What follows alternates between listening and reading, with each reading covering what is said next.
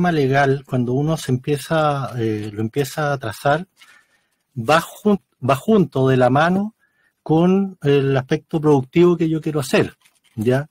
Pensar, por decir algo, que yo quiero hacer una empresa de químico, ¿ya? Y no estoy pensando en la parte legal, sino que yo soy tan buen químico que quiero hacer un producto que estoy imaginando. Sí, ¿sabes?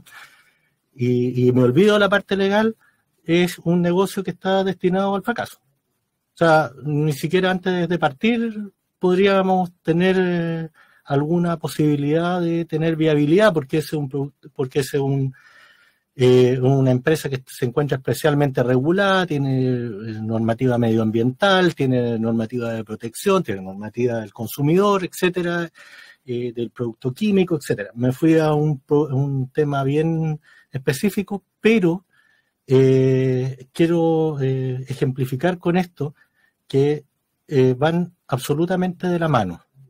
Quizás y así pensando en voz alta, los únicos productos en los cuales, o las únicas actividades en las cuales yo puedo, si no prescindir, pero por lo menos obviar un poco la parte legal o hacerla más light, por decirlo de alguna forma, son aquellas cuestiones de bajo impacto y que han sido reconocidos así por la misma autoridad. O sea, legalmente el legislador ya le ha dado cierta situación en la cual normativamente se determinó que ya no generaban tanto impacto. Por ejemplo, por decir algo, una actividad como tener un negocio de conveniencia, ya sea abarrote, el boliche del barrio, el almacén, el kiosco, el almacén, etcétera, porque son productos en general ya manufacturados que se compran a empresas y lo que se hace es la venta al por menor, al consumidor final, y se venden en horarios que son más convenientes para las personas que no van a los supermercados, etcétera. Esos productos, mientras se mantengan en ese ámbito, ya en general podríamos decir que tienen una tributación fácil, simple.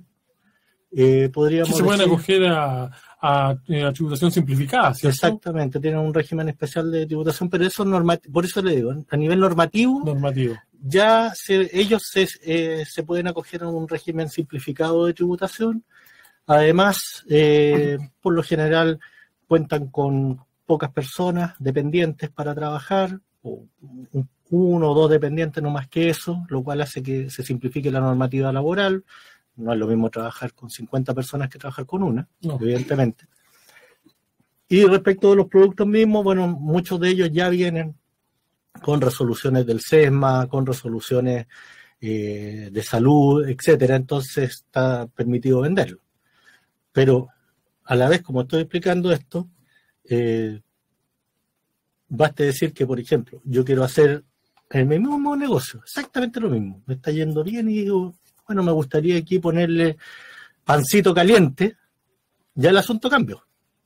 Con esa simple idea de negocio, porque ya pasa a ser una panadería. Hay que tener resolución sanitaria para eso. Exactamente. Entonces tengo que pedir autorización o resolución sanitaria, tengo que tener la maquinaria que esté autorizada, tengo que tener instalación de gas que está autorizada por la SEC, tengo que tener instalación eléctrica que está autorizada también por la SEC, los famosos sellos verdes, etcétera.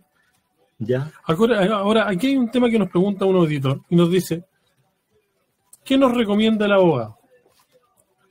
¿Constituir lo primero que es la sociedad con un abogado o simplemente utilizar tu empresa en un día? Buena pregunta.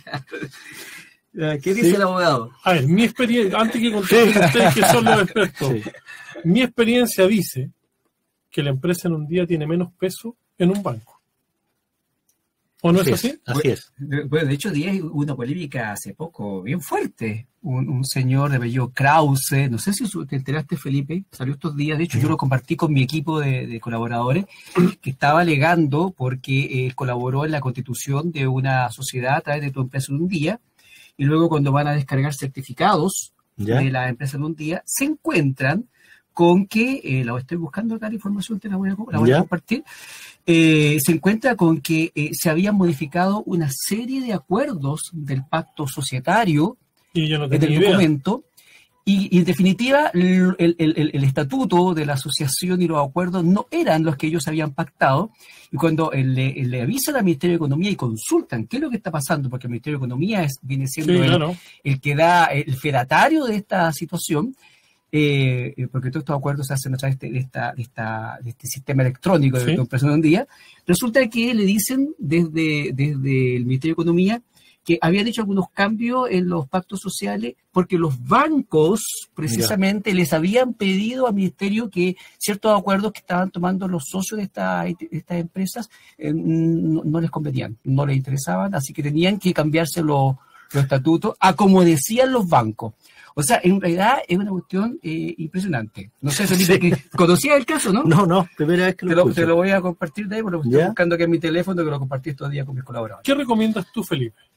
A ver, lo que pasa es que, voy a hacer primero una breve síntesis de qué es lo que es un contrato de sociedad, un pacto, ¿ya? Para que nos entendamos de lo que estamos conversando. Y después, obviamente, voy a tratar de dar mi recomendación, mi opinión al respecto. A ver, las sociedades nacen y son un contrato, están tratados en el título de los contratos, en materia civil y materia comercial, ¿ya? Y por diferentes situaciones económicas se han ido reconociendo las sociedades unipersonales.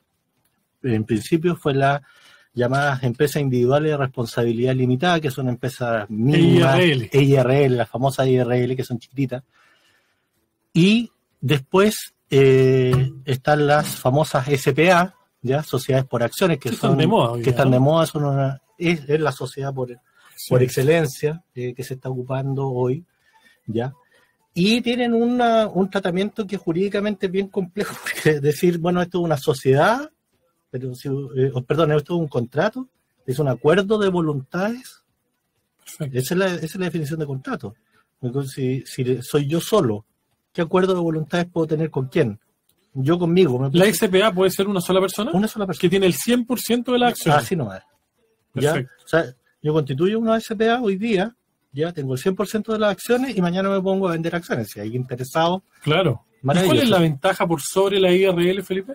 A ver, la gracia de la SPA primero, tiene que tener un estatuto completo, ¿ya? La IRL, digámoslo, es para empresas muy pequeñas, muy pequeñitas. De una persona. Sí, pero es que son de capitales pequeños. Chiquitito. Cuando partís con 100 luquitas, 50 luquitas, el capital de la empresa. Exactamente. La SPA es una sociedad que en sus estatutos tiene que cumplir prácticamente lo mismo, tiene que cumplir con los estatutos de una sociedad anónima. Perfecto. ¿Ya? Entonces, es una sociedad que ya tiene una regulación completa, ¿ya? O sea, a nivel estatutario tú ves una EIRL, una sociedad de 2 páginas, ¿ya? Eso a nivel documental. Una SPA, una sociedad que tiene unas 20, 25 páginas, porque tiene que tratar todos los temas como si hubiese otro socio, independiente que en ese momento no lo haya. ¿Ya? Pero una sociedad mucho más completa. O sea, en estricto rigor, él debería constituir una asamblea, haría todo ese tipo de cosas. Exactamente. Aunque, claro, una asamblea solo para uno solo. No, más aburrido que... Claro. Mejor hablar con el espejo. Claro. Pero, ahora, respondiendo a la pregunta, ¿qué es lo que me conviene más? A ver, esto, cuando uno se pone a hacer cosas solo por las de uno, ¿ya? Es lo mismo que autodiagnosticarse, ¿ya? Si me duele la cabeza, voy y me compro un paracetamol porque en general me ha funcionado. Yo antes me tomé uno. Exactamente. ¿Ah? Los que andamos resfriados, también. El famoso... Tapsin, paracetamol, toma. El ibuprofeno. El ibuprofeno. Claro, dependiendo cómo andemos con nuestra guatita. Sí, ¿ah? claro. Exactamente. Y nos automedicamos. En general, para cuestiones simples, para cuestiones... Funciona. ¿Ya? Pero la pregunta es, bueno, ¿y cuando ya queremos hacer cositas un poquito más complejas, con esto que nosotros nos autodiagnosticamos, siguiendo en el símil? ¿sabes qué? Me tomé el paracetamol, me lo tomé en la mañana, me lo tomé en la tarde y en la noche sigo con el dolor y ha aumentado. ¿Qué voy a hacer? ¿Voy a seguir con el paracetamol? ¿O parece que no me curó el asunto? Voy a tener que ir donde el médico a ver que me hagan exámenes, etcétera, porque a lo mejor incluso puede haber algo más grave. Esto es más o menos, haciendo el símil, lo mismo.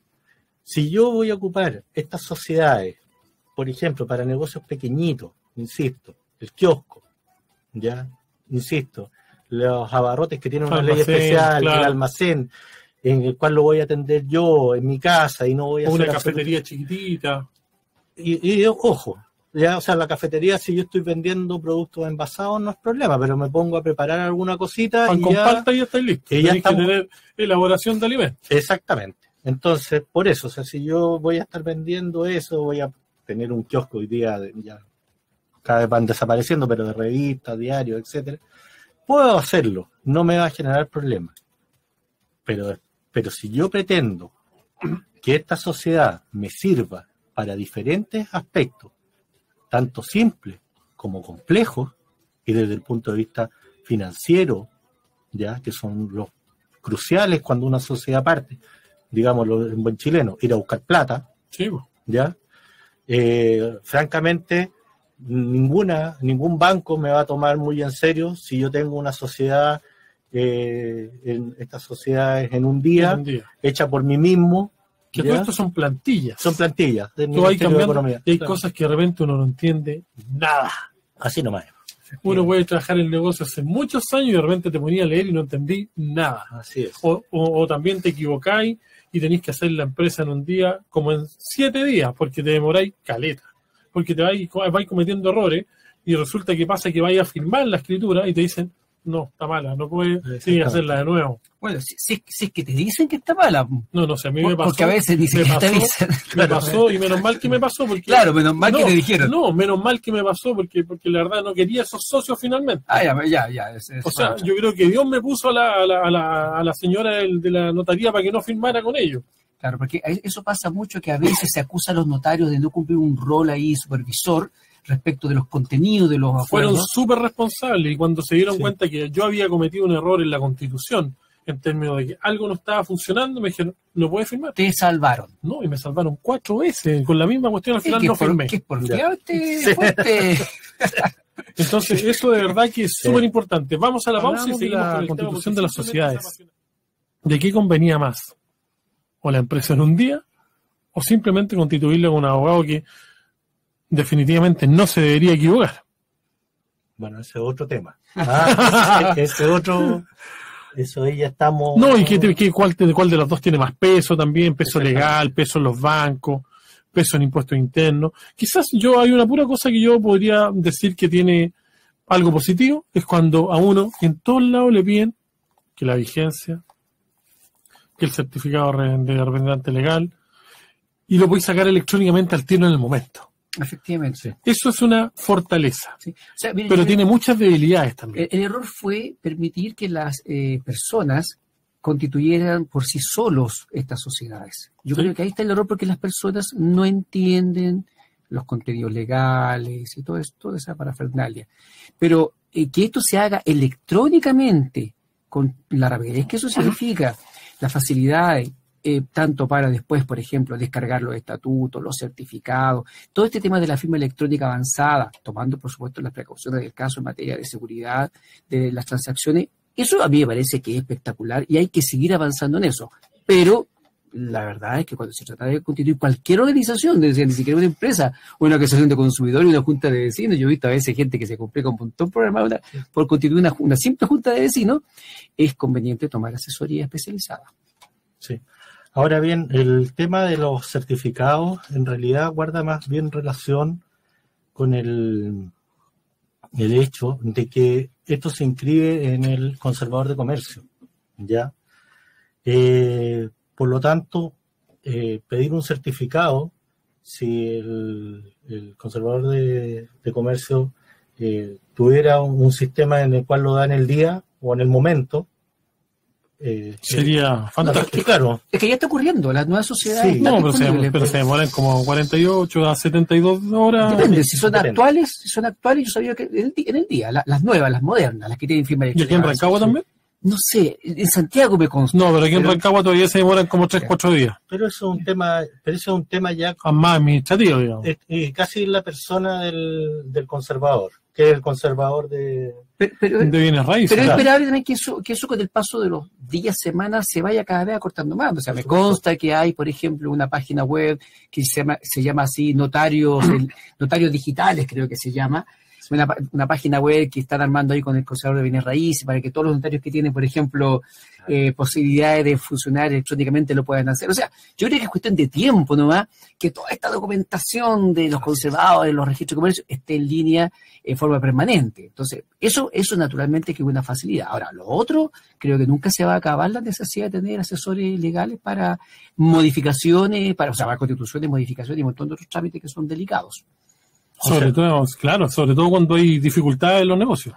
No, lo que pasa es que, a ver, la parte más simple de este asunto es la constitución de la sociedad, porque tú pasas de nada, que hoy día no hay nada, ya, a algo. Das un paso. Das el primer paso, ya.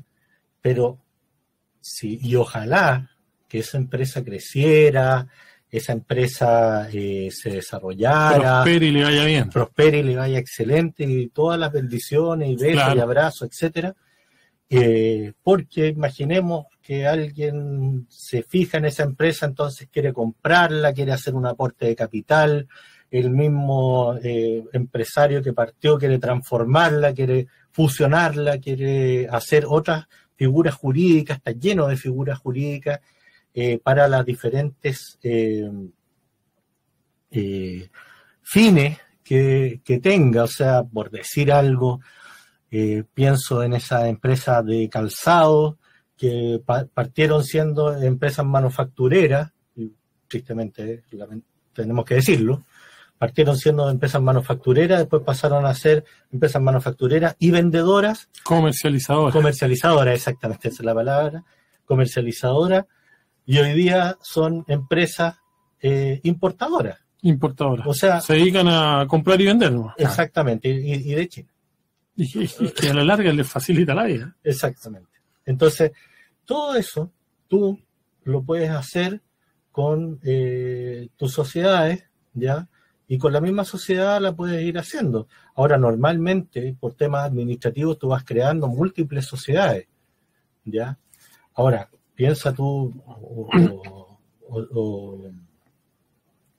cómo será de complejo que de pronto la venta de una sociedad, llámese Banco BBVA, a el Banco Scotiabank, que requirió años de estudios de las respectivas, no solamente de la parte económica, sino de la parte normativa, para hacer una venta de la sociedad. Y ojo que es tan importante constituir la sociedad. Hay casos, yo conozco un caso muy cercano, en el cual este personaje se asoció con un amigo, trabajaron con la razón social del amigo, la sociedad nunca se hizo, y al final el amigo se quedó con todo. Son las ventajas y desventajas. Se puede quedar con todo, como también se puede quedar con las deudas que el otro lo puede haber metido. O sea, sí, yo creo que es relativo a mí. ¿Sabes qué? Yo creo que uno se queda más tranquilo cuando te quedas con las deudas y las compartís y asumís el riesgo y todo junto. Pero cuando te quedas con la idea de que simplemente por no hacer una sociedad, por no ir a hablar con un abogado, te quedaste sin el negocio. Sí. Y además tú estás diciendo algo que también es muy importante, que en Chile en general el emprendedor como que no tiene la intuición, no se imagina que lo puede hacer y no lo hace, que tiene que ver, por ejemplo, con el tema de la inscripción de la propiedad intelectual, las ideas, los prototipos. Eso no se hace. En Chile en general, entonces, ¿qué pasa? Uno le comparte al amigo, al que era amigo, se suponía que era amigo, le comparte la idea, mira, esta cuestión, y a veces la toma el amigo, el amigo hace todos los papeles, el amigo inscribe, el amigo hace toda la parte legal, y resulta que al final se queda también con la empresa y con la idea, y a veces la idea es tan importante como la empresa. Acá me pregunta un auditor, me dice, ¿no será que la empresa en un día de repente ha hecho tantas sociedades debido al estigma de que hay algunos abogados que hacen las sociedades extremadamente caras? Sí, bueno. Sí, claro. Sí, o sea, de hecho, siempre hay alguna connotación, a lo mejor para hacerlo más accesible al público, ¿ya? Y no solamente se ha producido con esto, también se hizo con la posesiones efectivas, que también se quiso eliminar a los abogados de este trámite. Pensemos simplemente en la reforma de familia, donde cuando se hace la reforma de familia, en la época del presidente Lagos, la idea era eliminar a los abogados. Durante varios años se podía acceder a un procedimiento de familia sin abogados. La posesión efectiva se hace en el registro civil, ¿cierto? Así es. Y de repente da la opción de que lo haga uno mismo, que también se puede equivocar. O sea, es obvio. Es que me parece que hay trámite y trámite. O sea, hay trámites que son muy sencillos, que de hecho hoy día hay nuevamente un proyecto para eliminar una cantidad de trámites que se hacen ante notario y que lo hagan una figura nueva que se está creando, que se llama un fedatario, que un poco tiene que ver con lo que hace el MINECON, el Ministerio de Economía también, que es una especie de fedatario, ministro de fe, respecto de las sociedades que se constituyen a través de este portal Tu Empresa en un Día. Porque efectivamente se observa que hay ciertos trámites o actividades donde algunos personajes, no solamente los abogados, sino también los notarios, en fin, los receptores judiciales, en fin, tienden a abusar de su posición y cobran a veces cosas que no corresponden y cosas por el estilo. Pero que se vaya a eliminar la presencia de un notario, de un conservador o de un abogado en ciertos trámites que por su naturaleza requieren una atención especial, un conocimiento y una experiencia, eso es muy extremo. Eso, y acá dice, y que tampoco dan facilidades, sobre todo. Bueno, pero acá Felipe sí da. Sí, da facilidad. Felipe, a lo mejor le voy a poner un aprieto, pero para que la gente sepa, así porque hay muchos que nos están preguntando, ¿cuánto debería costar una sociedad para una pyme, para una empresa chiquitita? ¿Cuáles son los criterios? Claro, porque claro, yo sé que cambian. O sea, yo sé que si viene Polma a su oficina a hacer una sociedad, usted le puede cobrar así un billete. Pero si va el caballero que nos vamos a asociar los dos y queremos armar una empresa chiquitita, ¿cuánto debería costar promedio? Es que bueno, ahí de nuevo uno tiene que actuar con el criterio y también creo que con la ética de uno como abogado. Porque si va a ser la persona...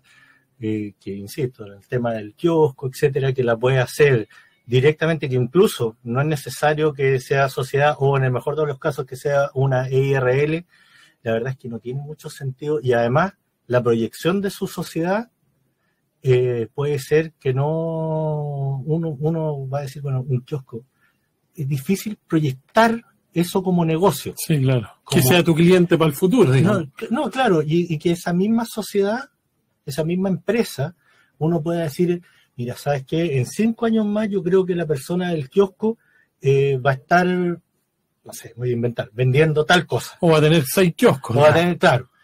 Porque son en general negocios en los cuales se mantienen en tiempo, ya una suerte de, no, la palabra podría ser sobrevivencia, en la cual le da para renovar la mercadería que se le va agotando, cambiar los stocks. O sea, ninguna persona que tiene un kiosco se hace rico a menos que tenga los kioscos esos que están en pleno centro, en Ahumadas, en Huérfano, en Santiago. Por eso quiero terminar esa pregunta. Entonces, uno mismo le puede decir, bueno, ¿sabes qué? En realidad, usted va a ser una sociedad pequeñita, va a funcionar en forma pequeñito, y usted está pensando en forma pequeña. Pequeñita, claro. Y por lo tanto, yo no le sugeriría que se gaste plata en un abogado, ¿ya? Y mi sugerencia es que vaya y efectivamente haga la empresa en un día. Le puede servir. Usando el portal, dice. Exactamente. Ya. Eso, cuando son negocios de tan de menor escala, digamos. Exactamente, porque no se ve la complejidad, ¿ya? Ahora, si esa misma persona... ¿Y si esa persona no cacha nada? Y esa es una pregunta, si no cacha absolutamente nada. Las preguntas, bueno, hoy en día existen, yo no le voy a hacer publicidad al gobierno, pero existe una oficina de información y reclamo, la OIRS, que en general dan asesoría en estas materias. O sea, órganos, por ejemplo, me consta, órganos como Cercotec, por ejemplo, están siempre entregando capacitaciones, tú te metes a sus páginas y dan cierta información, hasta impuestos internos. Tienen hay capacitaciones, sí. Muchos videos, dicen, mira, si tú eres una IRL, porque no hemos alcanzado a hablar hoy día, voy a declarar todo el otro día, de todas las complejidades tributarias también. Ahí sí que la cosa se pone peluda, como dirían los jóvenes hoy día, claro. Pero en general, las personas que quieran constituir una pequeña sociedad, como dice Felipe, que acuda a tu empresa en un día, y si tienen más dificultades, los mismos órganos del Estado, como Cercotec, Corfo y el Servicio de Impuestos Internos, me consta que tienen en sus portales muchos instructivos, muchos videos, en fin, que aclaran un poquito de cómo se tiene que hacer esto cuando son cuestiones de mínima cuantía, de cosas muy, muy sencillas. Para cosas mayores, mejor buscar ayuda profesional. Sí. Pero a mí me interesa aclarar algunas ideas, o sea, sobre todo una. Depende mucho de la proyección que la persona esté pensando en hacer de su negocio. Y voy a poner un ejemplo que a lo mejor es conocido por todos. El famoso conejo. Claro. ¿Ya? De sus empresas. El del maní. Ya. Not for nuts. Not for nuts, exactamente. Que quebró. Y ahora se levantó de nuevo. Bueno, volvió a vender. Bueno, ese era un carrito manicero. Nada más. ¿Ya? Y uno dice, bueno, ¿y cuál fue? O sea, ¿cómo es esa persona que tiene un carrito, que es un carrito bastante pequeño, etcétera?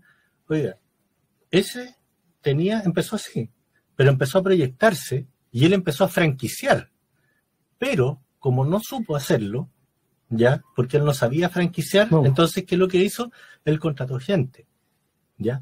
Yo no me sé la historia completa. Tiene que haber un modelo de franquicia. Existen. Claro, absolutamente. Existen. Y hoy se pueden hacer. Y eso lo tiene que hacer un abogado, no lo puede hacer sí o sí. Entonces, ahí uno dice, como por ejemplo, un negocio pequeñito que empezó prácticamente con las ganas y nada más, y empieza a crecer. Ya está este mismo joven que era de la Insolencia, que vende sándwich estamos haciendo propaganda vamos a mandar la factura por correo electrónico. La Insolencia, que vende sándwich a las 8 de la mañana en el centro de Santiago. Uno los encuentra, están con unos gorros y tienen unos canastos de estos de mimbre llenos de sándwich. Valen como, no sé si 500, 1.000 pesos por ahí. Un sándwich así, una hallula con alguna jamón palta, distintas cosas. Pero él también es un negocio que empieza con mínimos recursos en la casa, pero después va creciendo.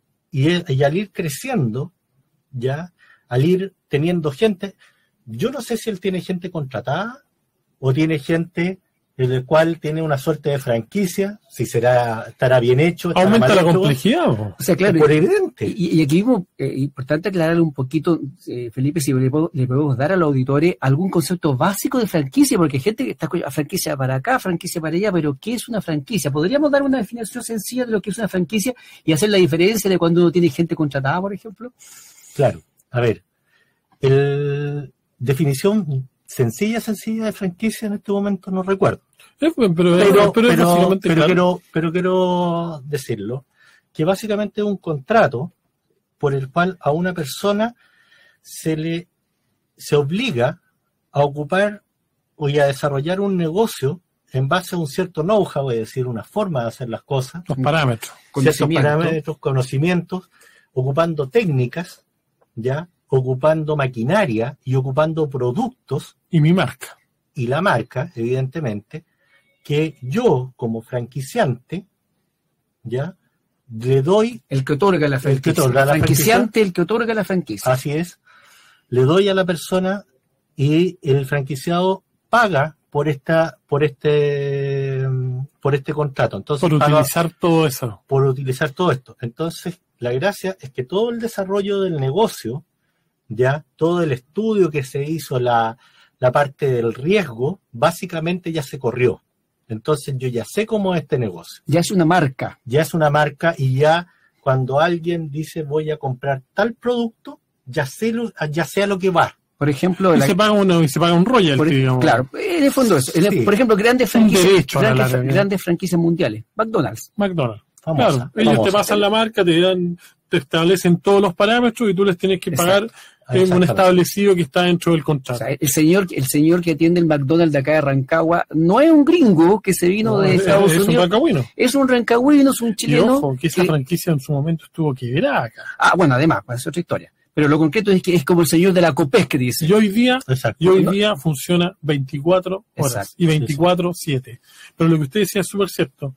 A uno le entregan los parámetros, los estándares, el nombre, incluso hasta la maquinaria, le dicen, y sale tanto colocar un local en base a nuestros parámetros. Incluso se le indica cómo tiene que cocinar los alimentos, cómo tiene que presentarlos. Absolutamente, las recetas, todo. Por eso que una hamburguesa McDonald's es la misma en cualquier parte del mundo, prácticamente, porque hay una receta única que el franquiciado, o sea, el que está contratando, el que está haciendo son los mismos proveedores, son los mismos, la misma papa en todos lados. Exacto, entonces, y tiene que cumplir con todo eso, si no, el contrato se acaba. Entonces, es re importante. Y es distinto al otro caso donde, imagínate que el dueño de McDonald's, que no debe ser dueño, debe ser una sociedad seguramente internacional, contratar a cuánta gente en el mundo que trabaja en McDonald's.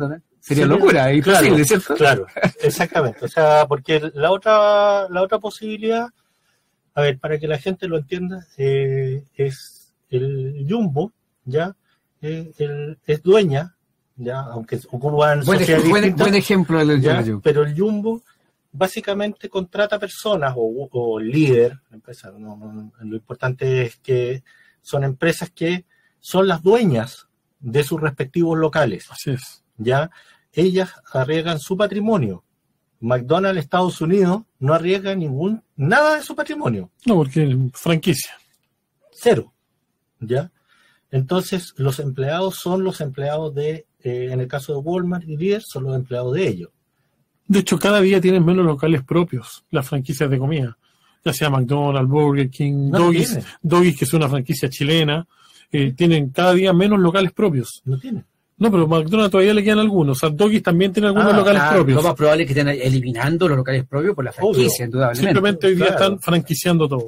Claro, no, o sea, que yo sepa no sabía que tenían un local. Sí, todavía tienen algunos propios. Ellos, pero esa es la gran diferencia. O sea, el Líder es dueño de su local. O sea, no sé si lo estará arrendando o no, pero por lo menos él es dueño de la marca, él contrata a la gente. Hay locales propios y locales que arrendan. Por ejemplo, el local de acá de Plaza América es arrendado. Me imagino. El local de Carretera del Cobre es propio. Pero el negocio es de ellos. Claro, ellos hacen lo que quieren en el local. Exactamente. O sea, si Líder mañana se le ocurre traer el producto, lo que sea, y dice, no, ¿sabes qué más? Yo quiero vender una bebida súper energética que cumple con los parámetros normativos, no hay problema, venda su bebida y no le pregunta a nadie. ¿Ya?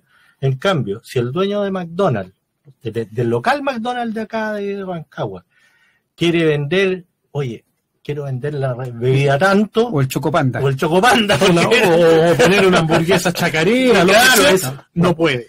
Así no va. Siempre el juicio de que si hay experiencia internacional de que McDonald's en algunos países ha autorizado el cambio de algunas recetas, vinculado con la idiosincrasia del país. Con el gusto, claro. Exactamente. Pero ese ya es un tema ya comercial también, que tiene que ver con adaptar un poco los productos a la realidad del país. Pero con la autorización de ellos. Con la autorización. O sea, en otras palabras, el franquiciado no puede arrancarse con los tarros, no puede correr con colores propios cuando está representando, de alguna manera representando, la marca que es mundialmente conocida.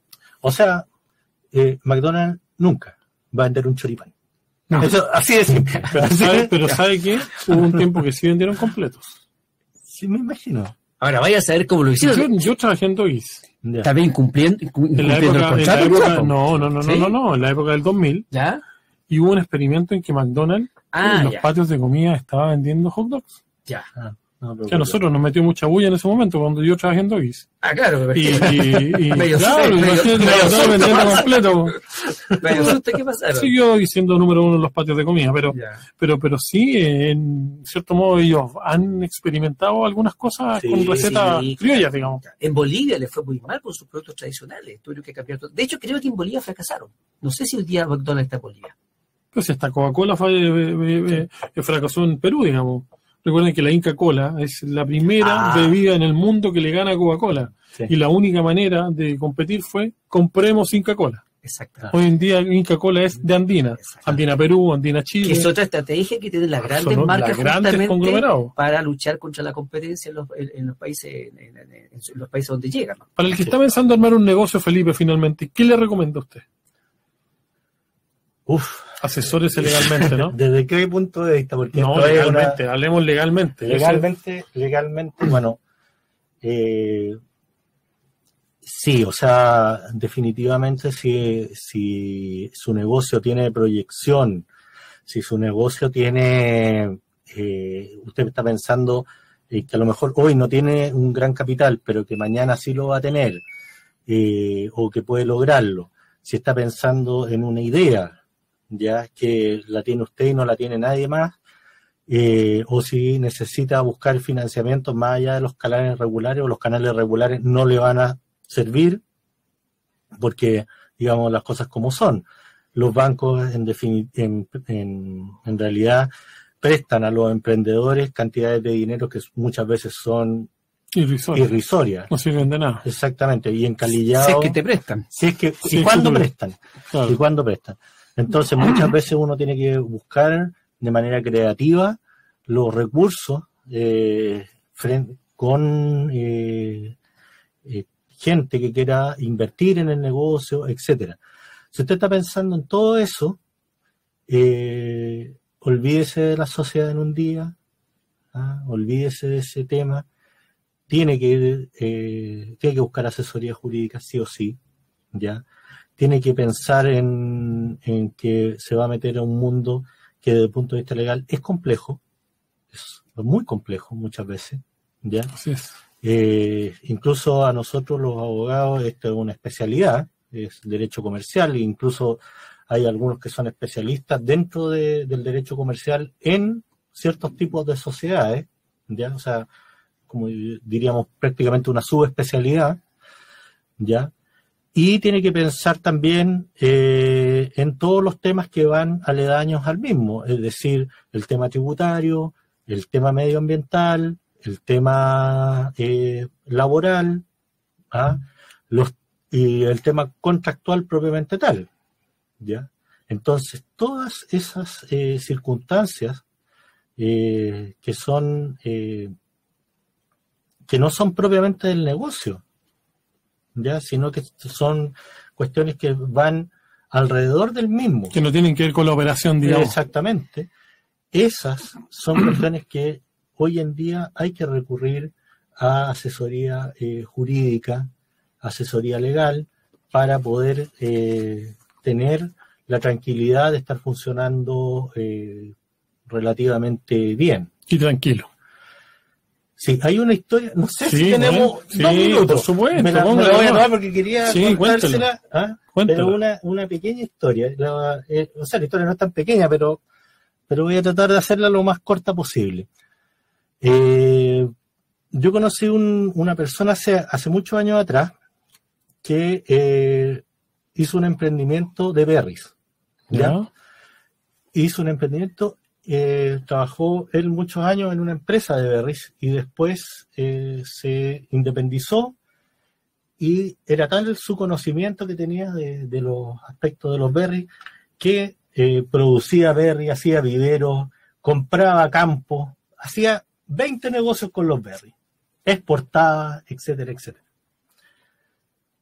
Y el problema de este cliente en ese momento es que se le aplicó ese muy viejo dicho que dice: el que mucho abarca, poco aprieta. Entonces se metió en 20 negocios distintos, hasta se compró camiones para hacer transporte, y de pronto, claro, hay negocios buenos, más o menos, y hay malos. Y temporadas también. Y de pronto los negocios malos se comieron a los buenos, y fue de una para afuera. A mí me llamó cuando ya estaba con el agua bastante hasta el cuello, y entre algunas cosas que yo le dije y pude ver, fue, a ver, veamos cómo son tus contratos, porque él, el núcleo duro, fuerte de su negocio era ser viverista. Ya él hacía planta. Perfecto. Entonces yo le dije, a ver, veamos tu contrato. Y me dijo, mira, este contrato yo lo mandé a hacer, ya un contrato tipo. El colega en esa época le había cobrado una barbaridad de dinero, cerca de 2 millones de pesos por el contrato. Y en el contrato veo una cláusula donde el cliente, el vendedor, se hacía responsable de la venta como hasta unos 3 años más. Es decir, vendía la planta y después que se plantaba 3 años más se hacía responsable si le iba bien, mal, etcétera, con una cláusula. Entonces, por suerte, dentro de su buen criterio del que tuvo en ese momento, dijo, ¿sabes qué más?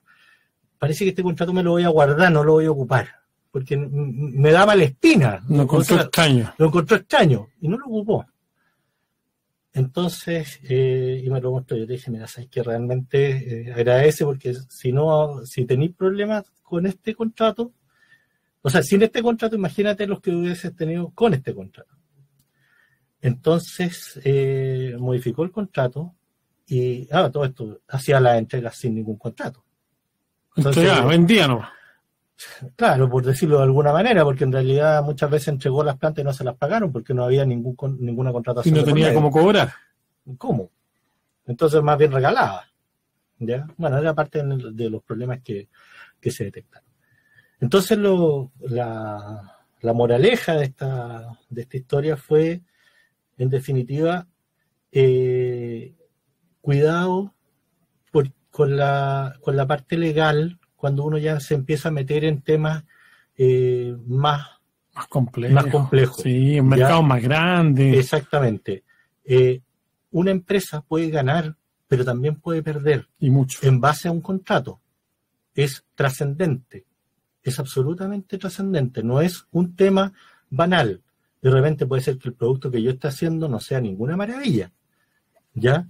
Pero si yo hice un buen contrato, puedo ganar dinero a manos llenas, y a lo mejor tengo el mejor producto del mundo de lo que yo produzco, pero tengo un mal contrato y perdí como le llamo. O sea, es un tema relevante. Importante. Muy fundamental. Y se ocupa, y esto, que se ve en materia comercial, se ocupa en distintas materias. Yo no le podría sugerir a una persona, no se preocupe, déjelo. Solamente si son pequeñitos y una autoevaluación en ese sentido es bueno, ¿ya? Pero si ya uno ya empieza a pensar un poquito en crecer, un poquito en cambiar, en agregar cosas, en hacerlo, en complejizarlo, ya el asunto empieza a requerir asesoría profesional, sí o sí. Felipe Salas, abogado de la Universidad de Chile, un agrado. Sí. Debut en radio. Sí, así es. Así que, qué bueno, ¿se sintió bien? Sí, muchas gracias. La verdad es que es un agrado, tuvimos muchas consultas, alguien también nos está mandando qué gran tema. Saludos al panel desde Argentina, Mendoza, muy buen programa, saludos a todos. Muchas gracias. Sí, capaz que llegue un cliente desde Mendoza. Sí, ¿por qué no, pibe? Sí, ¿por qué no?